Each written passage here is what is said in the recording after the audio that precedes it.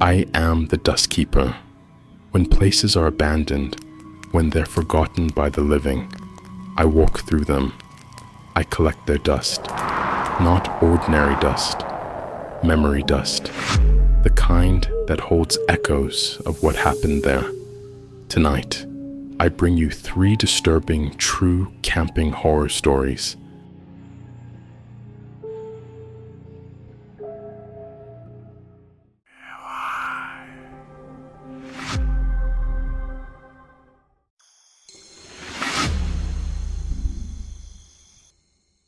This happened in October 2021, Allegheny National Forest, Pennsylvania. 3 college friends, Jake, Madison, and Tyler, decided to do a camping weekend before midterms. They'd been planning it for months. Jake had just gotten his Eagle Scout certification and wanted to prove he could find the perfect campsite. Madison brought her new DSLR camera to photograph the fall colors. Tyler brought his guitar and way too much beer. They hiked 4 miles into the forest, off the main trails. Jake wanted something remote. Real wilderness experience, he kept saying. Madison was documenting everything on her camera. Tyler complained about his pack weight every 100 feet. At 4 p.m., they found it. A small clearing near a stream. Perfect. Trees formed a natural windbreak. Flat ground for tents. Jake called it textbook campsite selection. They set up 2 tents. Jake had his own. Madison and Tyler shared the other since they'd been dating for 6 months. By 6 p.m., they had a fire going. Tyler played guitar. Madison took long exposure shots of the flames. Jake cooked hot dogs and felt proud of himself. Everything was perfect. At 11 p.m., they killed the fire and went to sleep. Jake zipped himself into his tent, put in earplugs, Tyler snored, and passed out within minutes. Madison woke first. 6:47 a.m. according to her phone. She unzipped the tent and stepped out to pee. The morning was cold, her breath fogging. She grabbed toilet paper and walked toward the tree line. That's when she saw it. A 4th tent, 20 feet from their campsite. A small dome tent, dark green, covered in moss and dead leaves. It hadn't been there last night. She was sure. Jake had walked them around the entire clearing before they set up camp. Madison walked back to their tents and shook Tyler awake. "There's another tent here." Tyler stumbled out, groggy. He saw it too. They woke Jake. Jake's first reaction was annoyance. Great, so much for remote camping. But as he walked toward the tent, something felt wrong. The tent was old, really old. Fabric was rotting in places. Moss didn't grow on something overnight. "Hello?" Jake called out. No response. The tent's zipper was partially open.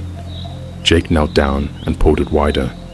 Inside was camping gear, a sleeping bag, mildewed and stiff, a backpack with a broken frame, a Coleman lantern from the 1980s, and a spiral notebook, warped from moisture. Jake reached in and grabbed the notebook, flipped it open. The handwriting was shaky, hurried. The entries were dated July 1987, 34 years ago. A man named David Corbin had been camping alone. First few entries were normal. Fishing reports, weather notes, observations about wildlife. Then the tone changed. July 8th. Something walked past my tent last night. Too heavy to be a deer. It stopped outside the entrance for a long time. Just standing there. I could hear it breathing. July 9th. It came back, circled the tent 3 times. I stayed perfectly still. Didn't make a sound. It stayed until dawn. July 10th. I saw it today. It walks on 2 legs, but it's not human. It's too tall. Arms too long. It watches me from the trees. When I look directly at it, It moves behind a trunk, but I can still see parts of it. Pieces. July 11th. I tried to leave this morning, packed everything, but I can't find the trail. I've been hiking for hours. I keep ending up back here. It's waiting for me to run. I know it is. It wants me to run. The final entry, dated July 12th, was almost illegible. They're circling the tent. I can hear them breathing. Plural now, not just one. If you're reading this, get out now. Don't stay until dark. Don't let them. The entry ended mid-sentence. Jake's hands were shaking. He showed Madison and Tyler. Nobody spoke for a long moment. Tyler broke the silence. This is bullshit. Someone planted this. It's a prank. But Madison was already on her phone, searching. David Corbin, missing person, 1987, Allegheny National Forest. She found it.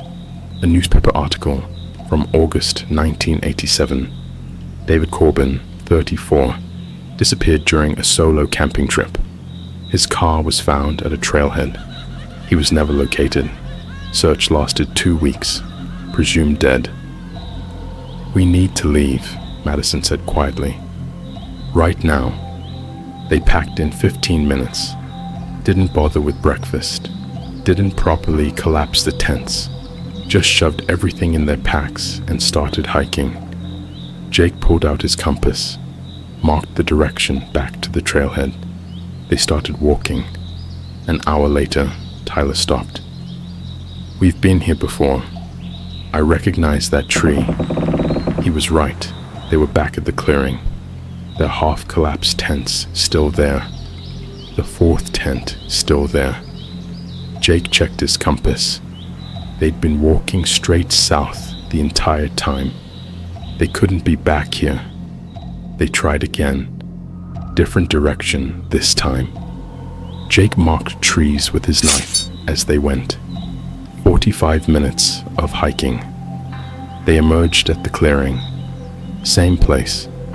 Their knife marks were on the trees around them. It was 1 p.m. They had maybe 6 hours of daylight left. Madison was crying.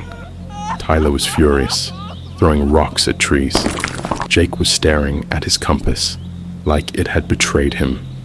They tried 4 more times, different directions, marking their path, using Madison's phone GPS, which kept glitching, showing their location as blank space.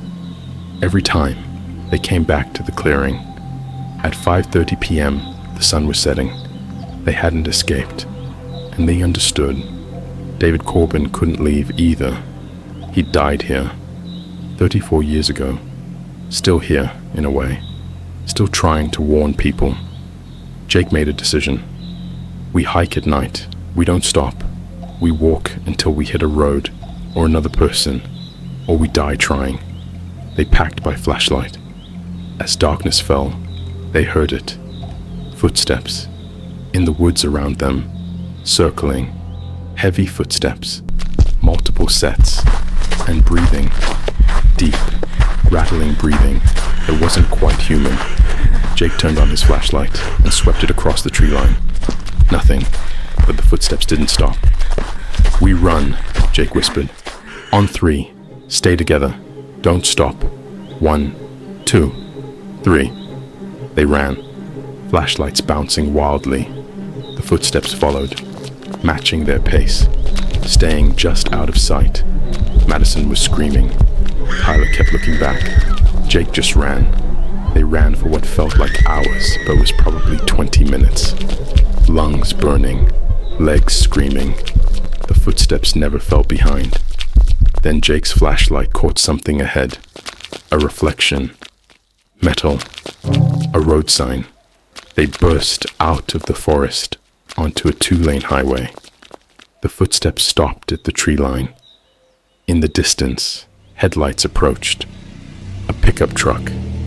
The driver later told police he'd never seen 3 people look so terrified. He drove them straight to the ranger station. They tried to explain. The rangers organized a search party for the next morning. They never found the clearing. Jake's GPS coordinates led to an area that had been clear-cut for logging in the 1990s. No stream, no campsite, and definitely no old tent. But Madison's camera told a different story.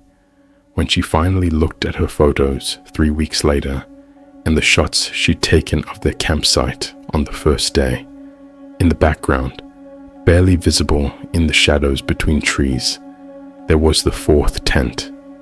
It had been there the whole time. They just hadn't seen it. And in the last photo she took, just before they ran, a long exposure shot of the dark forest.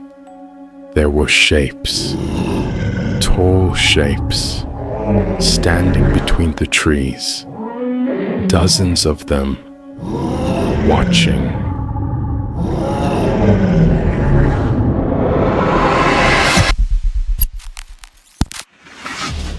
The dust never stops collecting.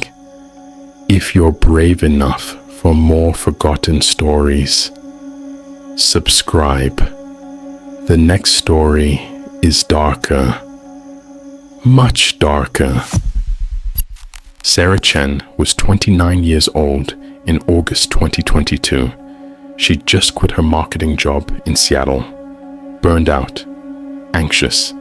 Her therapist suggested disconnecting from technology. Do something that scares you in a healthy way, she said. Sarah chose a solo camping trip. 3 days in Olympic National Forest, Washington. She'd never camped alone before. That was the point. She started her hike at 2 p.m. The trail was moderate, well-marked. She saw a few other hikers on the way up, exchanged polite nods. By 5 p.m., she reached her campsite, a designated spot near a small lake. Beautiful, peaceful. She had it to herself. Sarah set up her tent, filtered water from the lake, ate a freeze-dried meal she pretended to enjoy. As the sun set, she felt proud. She was doing it. Solo camping, conquering her anxiety. At 8:30 p.m., just as darkness settled in, she heard footsteps on the trail. A park ranger emerged from the trees. A man, maybe 50s, wearing the official uniform. Smoky bear hat, green and gray uniform, radio on his belt. He had a flashlight and a tired expression.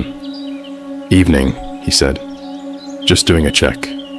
You're Sarah Chen, registered for Site 7. Sarah nodded. "Yes, that's me." The ranger looked at her tent, then at the darkening forest. "First time solo camping? How'd you know?" "Tents set up backward. Storm flap should face away from the lake. Weather's coming in tonight." He walked over and helped her adjust it. Gave her tips about bear bag placement. Seemed nice. Normal. Then, as he was leaving, he stopped at the edge of her campsite, turned back. "One more thing," he said. His voice was different now. Serious. "Don't sleep tonight." Sarah laughed nervously. "What?" "Don't sleep, no matter how tired you get. Don't close your eyes until sunrise. It's important." He wasn't smiling. "I don't understand. Is there a danger?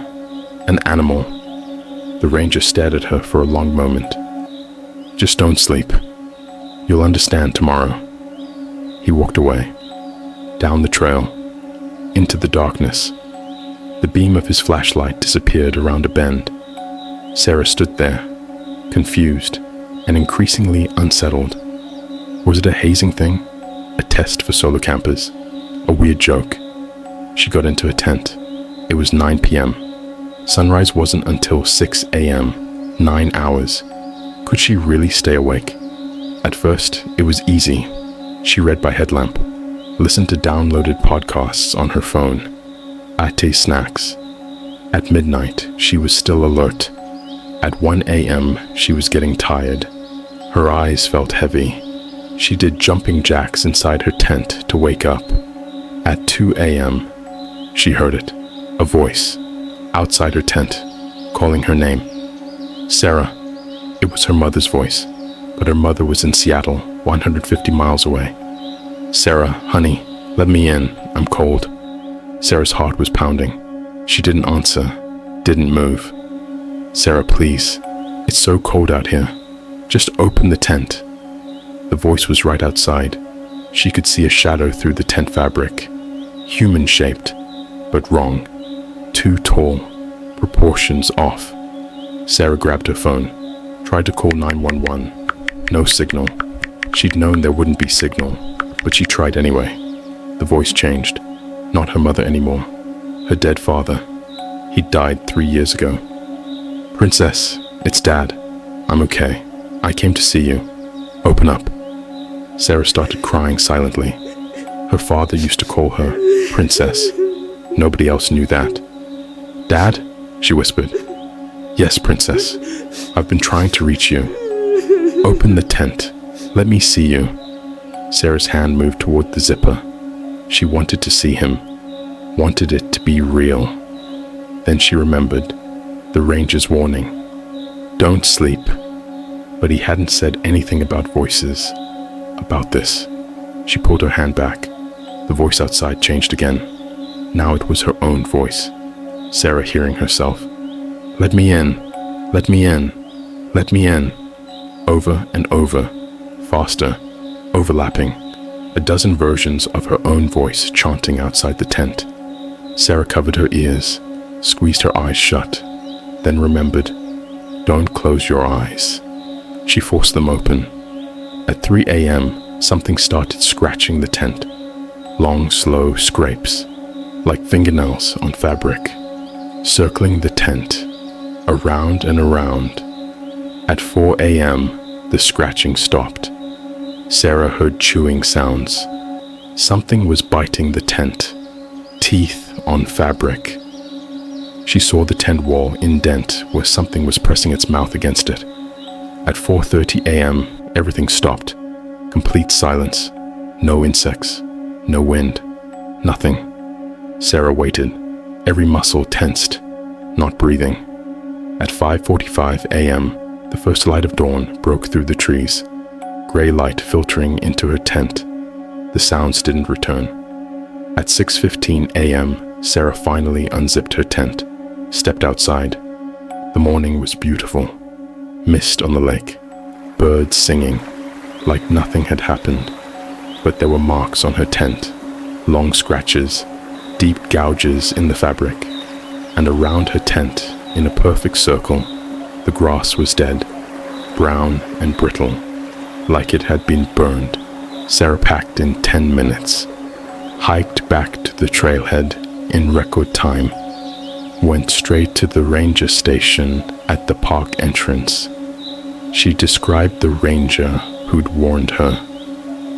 The woman at the desk listened patiently, then pulled up personnel files. Mom, we only have 2 rangers working this sector. Neither matched that description, and both were off duty last night. Sarah showed her photos on her phone. The scratched tent, the dead grass circle. The ranger went pale. Stay here. She came back with an older ranger, a woman in her 60s. The woman looked at Sarah's photos and sighed. How many years now? The older ranger muttered. Excuse me? The woman sat down. That wasn't one of our rangers. We've had reports before. A man in uniform. Always appears at dusk. Always warns people not to sleep. Started about 15 years ago. Who is he? We don't know. But people who ignore the warning, sometimes they don't come back. We've had 3 disappearances on that trail since 2007.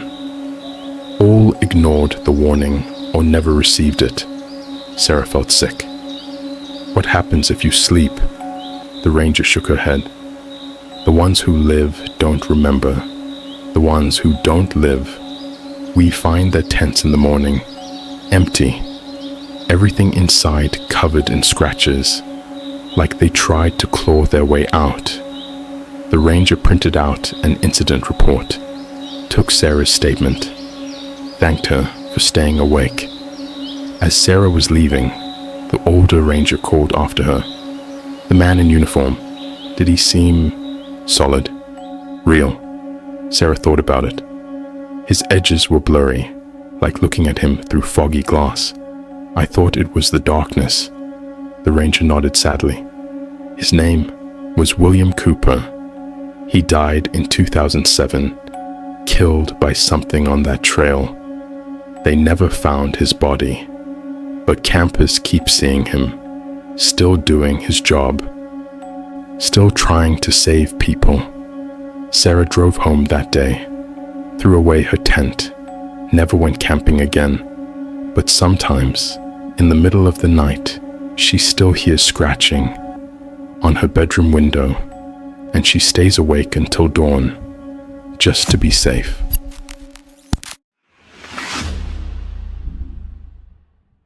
The Morrison family, David, his wife Rachel, and their 8-year-old daughter Emma, went camping in Pisgah National Forest, North Carolina, in June 2023. It was Emma's first camping trip. She'd been asking for 2 years. They picked a family-friendly campground, bathrooms nearby, other families around. Safe, easy. Emma was thrilled, helped set up the tent, collected firewood, roasted marshmallows. At 8 p.m., they did a short night hike on a nearby trail. Emma held her dad's hand the whole time, talking non-stop about the stars. At one point, Emma let go of David's hand and ran ahead a few feet. She stopped at a tree and looked into the forest. "There's a girl," she said. Rachel caught up. "What, honey?" "A girl. In the trees. She's watching us." David shined his flashlight where Emma pointed. Nothing. "Probably shadows, sweetie." "No, Daddy. She's right there. She's smiling at me." Emma waved. "Hi." David and Rachel exchanged glances. Kids see things. Imagination. They gently urged Emma back to camp. That night, Emma slept between her parents in the tent. At 3 a.m., David woke to Emma sitting up, staring at the tent wall. "Emma, you okay?" "She followed us," Emma whispered. "She's outside." "Who, honey?" "The girl, from the forest. She wants to be my friend." David turned on his flashlight, unzipped the tent a few inches, and looked out. The campground was quiet, other tents dark, nobody around. "There's nobody there, Emma. Just a dream." Emma shook her head. "She's really good at hiding, but I can see her. She's right there." She pointed at the tent door. Rachel pulled Emma close. "It's okay, baby. Just your imagination. Let's go back to sleep." Emma eventually lay down, but she didn't close her eyes. She kept staring at the tent entrance, watching something her parents couldn't see. They left the next morning. Emma seemed normal, happy, talking about the trip the whole drive home. David and Rachel decided it was just first camping trip jitters. But that night, at home, Emma woke up screaming. Rachel ran to her room. Emma was sitting up in bed, crying. "She came home with us. She's in my closet." Rachel opened the closet. Nothing, just clothes and toys. "Sweetie, there's nobody here. You're safe. It was just the camping trip. Your brain is still in adventure mode." But Emma wouldn't calm down. "She is here. She's hiding. She's really good at hiding." This continued for a week. Every night, Emma insisted the girl was in her room, in the closet, under the bed, behind the door. David thought it was trauma or anxiety. They made an appointment with a child psychologist. Then the incident started. Mud Emma's toys would be rearranged when nobody was in her room. Dolls lined up facing the wall, stuffed animals in a circle, like they were having a meeting. Emma's drawings changed. She'd always drawn typical kid stuff: flowers, houses, families. Now she drew two figures. One was clearly Emma. The other was a tall, thin figure with long black hair covering its face. In every drawing, the figure stood behind Emma, or beside her, or holding her hand. "That's my friend," Emma would say. "She doesn't have a name. She says she forgot it."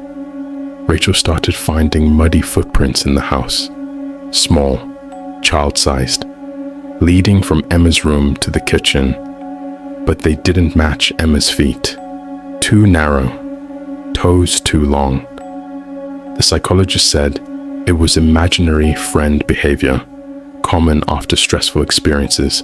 She'd grow out of it. But David noticed something else. Emma was changing.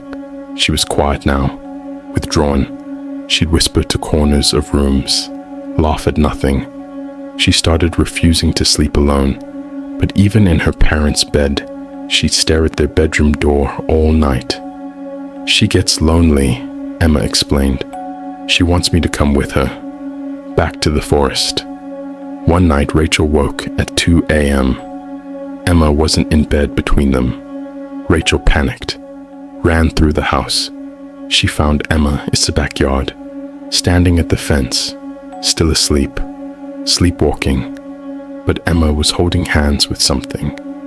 Rachel couldn't see it clearly. The moonlight was dim, but there was a shadow beside Emma, tall, child-shaped, but wrong. Too thin, too angular. And when Rachel called Emma's name, the shadow turned.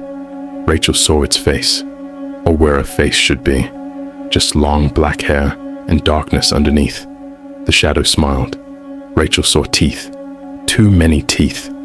Rachel screamed, ran forward, grabbed Emma. The moment she touched her daughter, the shadow disappeared. Emma woke up, confused. "Mummy, why did you interrupt? We were going to play." The next day, David drove back to Pisgah National Forest, alone. He found a ranger station and told them everything. The ranger listened without judgment. "Which trail did you hike?" David showed him on a map. The ranger's expression darkened. "That trail runs past an old cemetery, 1800s, small family plots. There's one grave, a girl, 7 years old, died in 1847. Grave has been vandalized multiple times over the years. Headstone is broken. What does that have to do with? People report seeing a girl on that trail. Usually kids see her. She's looking for playmates." The ranger sighed. "She's lonely. Dead for 175 years. Most people walk past and never notice her. But sometimes a kid sees her, and if that kid acknowledges her, waves at her, talks to her." David felt cold. "She follows them. Usually she gives up after a few weeks, finds someone new. But sometimes the kid goes with her." We've had two cases, 1998 and 2011. Kids disappeared from their homes in the middle of the night, found weeks later in the forest, near the cemetery. Both alive, but different. They don't speak anymore, just stare. They're in psychiatric care. "How do we make her leave?" The ranger pulled out a file. "There's a woman. She specializes in this kind of thing. Not officially, but she's helped before." David called the woman. She came to their house the next day. An older woman, Native American, carrying a leather bag. She walked through the house, stopped in Emma's room, stood very still. "She's here," the woman said. "Right now, watching us." Emma nodded. "She's in the corner." The woman knelt down to Emma's level. "Sweetheart, your friend is lost. She's been lost for a very long time. She's not supposed to be here. She needs to go home." "But she doesn't have a home," Emma said. "Yes, she does. She just forgot where it is." Can you help her remember? The woman performed a ritual. Burning sage, speaking words in a language David didn't understand.